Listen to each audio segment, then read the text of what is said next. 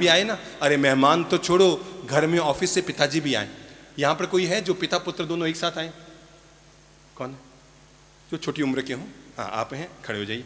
आपका बेटा कौन? ये आपका बेटा है, चलिए आगे आइए। आगे आ जाओ, आगे आ जाओ। चलिए माइक दीजिए। देवीलाल गुजर। देवीलाल जी गुजर, ठीक है, चलो अच्छी बात है। हमारे यहाँ तो 36 कौम के लोग आते हैं, सबका स्वागत है। यही तो वो भगवान का समोसन है जहाँ पर हर जाति, हर कौम, हर पंथ परंपरा का लोग मिल जाता है। और हम इसलिए कहते हैं हम मानवता के संत हैं, इंसानियत के संत हैं। जरा एक बात बताओ बेटा, बेटे के हाथ में माइक दीजिए।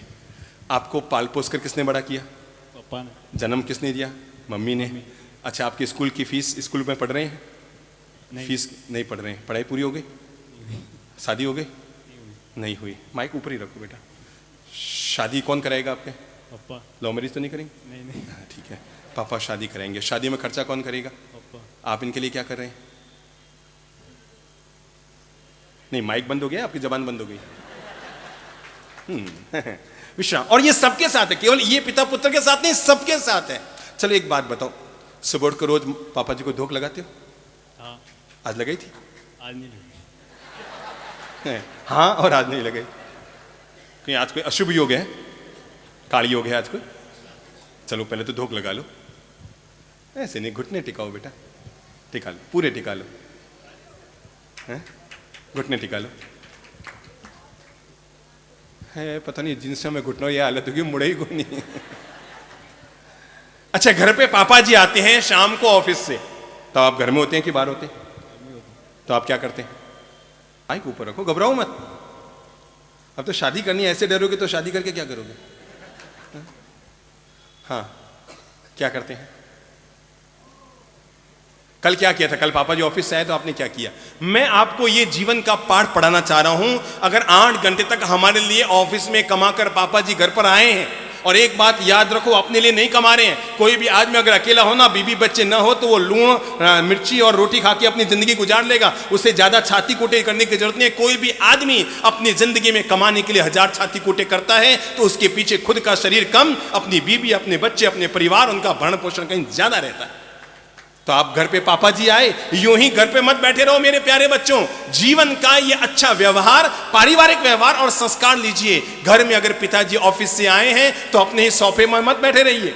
आजकल स्थिति ये होने लग गई है, पापा जी जमीन पर बैठे रहते हैं, बच्चे सोफे पर बैठे हैं, टांग ऊपर किए हुए हैं, किताब हाथ में लिए हुए हैं। पता ही नहीं लगता कि इनमें बाप कौन है और बाप का बाप बना हुआ कौन है? बाप कौन है और बाप का बाप बना हुआ कौन है, आदमी को पता ही नहीं लगता घर में जाए तो पापा जी घर में आए ना, तो यूं ही बैठे बैठे रहिए, खड़े होइए। जैसे ही पता लगा बाहर गाड़ी आ गई है, जैसे ही पता लगा कि बाहर गाड़ी आ गई है पापा जी की, आप घर में मत बैठे रहिए। घर का ये व्यवहार की शालीनता रहिए कि खड़े होइए। अगर आप रूम में हैं, अगर आप सोफे पर हैं, अगर आप टीवी देख रहे हैं, अगर आप पढ़ाई भी कर रहे हैं, तभी पिता के सम्मान में खड़े होइए। घर के गेट तक जाइए। कार से, स्कूटर से वो नीचे उतरे हैं तो देखिए सबसे पहले उनके हाथ में क्या है? थैला होगा, कोई सूटकेस हो गई, कोई पर्स होगा, वो अपने हाथ में लीजिए। उन्हें प्रणाम करके भीतर लेकर आइए, और न केवल भीतर लेकर आइए अपितु उन्हें सम्मान पूर्वक बैठाइए। विराजो पापा जी, और फिर एक गिलास जल उनको लाकर दीजिए। लीजिए पापा जी, जल पीजिए, और उसके बाद वापस अपना काम शुरू कीजिए। कितना सेकंड लगा इस काम को करने में, बोलो तो बेटा? 2 मिनट हैं? 2 मिनट 2 मिनट लगे नहीं, 1 मिनट में सारा मामला निपट गया है?